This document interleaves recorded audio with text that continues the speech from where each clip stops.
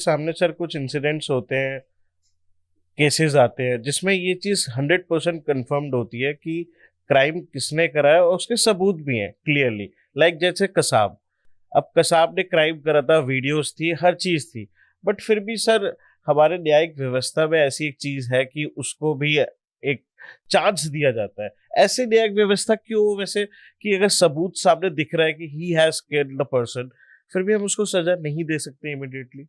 देखिए, अब जरा आपने बड़ा गहरा सवाल पूछ लिया, तो थोड़ा वक्त दीजिएगा समझाने को। बिल्कुल। You are talking of crimes ना? Right right. अच्छा, देखिए, कोई क्राइम होता है तो फिर police has to investigate. Now investigation is a science. अगर आपने शेरलॉक होम्स की कहानियां पढ़ी हो, उसमें आप देखते हैं शेरलॉक होम्स जाता है ऑन द स्पॉट और कलेक्ट करता है ब्लड स्टेन्स, फाइबर्स, फिंगरप्रिंट, ये वो करके, और फिर वो ही सॉल्व द क्राइम। या आप जैसे कंप्यूटर पे देखिए, यूट्यूब में आते हैं कि अमेरिका में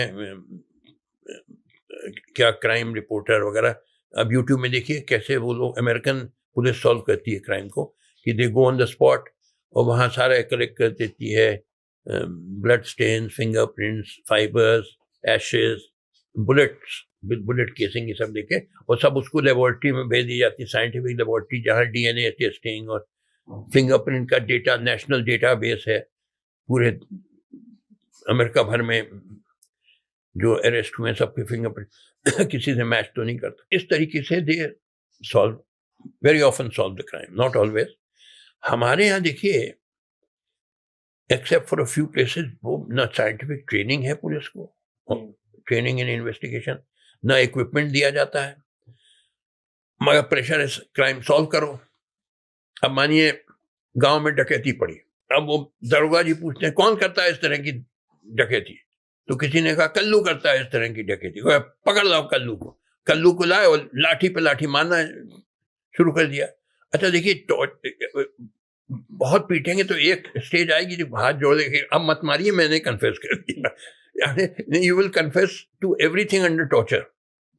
zone of Arc confess to be a witch, अपने को चुड़ैल मान लिया क्योंकि भाई उसको जलाने जा रहे थे। तो भैया, टॉर्चर इतनी हॉरिबल टेरिबल चीज है कि आप हर चीज मंजूर कर लेंगे, और क्राइम सॉल्व हो गया, पुलिस वाले की भी, दरोगा जी की भी नौकरी बच गई। ये तरीका है क्राइम सॉल्व करने का यहाँ 90%, 95%, मैं नहीं कह रहा हूँ 100%, क्योंकि आते ही नहीं है। अब देखिए, जैसे ये हुआ पहलगाम में अटैक, जहाँ 26 हिंदू टूरिस्ट मारे गए ना, अब लगे चिल्लाने पाकिस्तान ने किया, पाकिस्तानी। मुझे इंटरव्यू किया गया, मैंने कहा कि देखो, जिन्होंने ये किया बहुत बुरा कर्म था, ये मैं मानता हूं, मगर किसने किया? तो जिन्होंने किया वो तो जंगलों में भाग गए। अब कौन थे वो? इंडियंस थे, पाकिस्तानी थे, उनको हथियार किसने दिए, उनके पीछे कोई मास्टरमाइंड था कि नहीं था, कुछ नहीं मालूम। और न कभी आपकी पुलिस को आता ही नहीं है साइंटिफिक इन्वेस्टिगेट करना, कभी नहीं मालूम होगा कौन थे।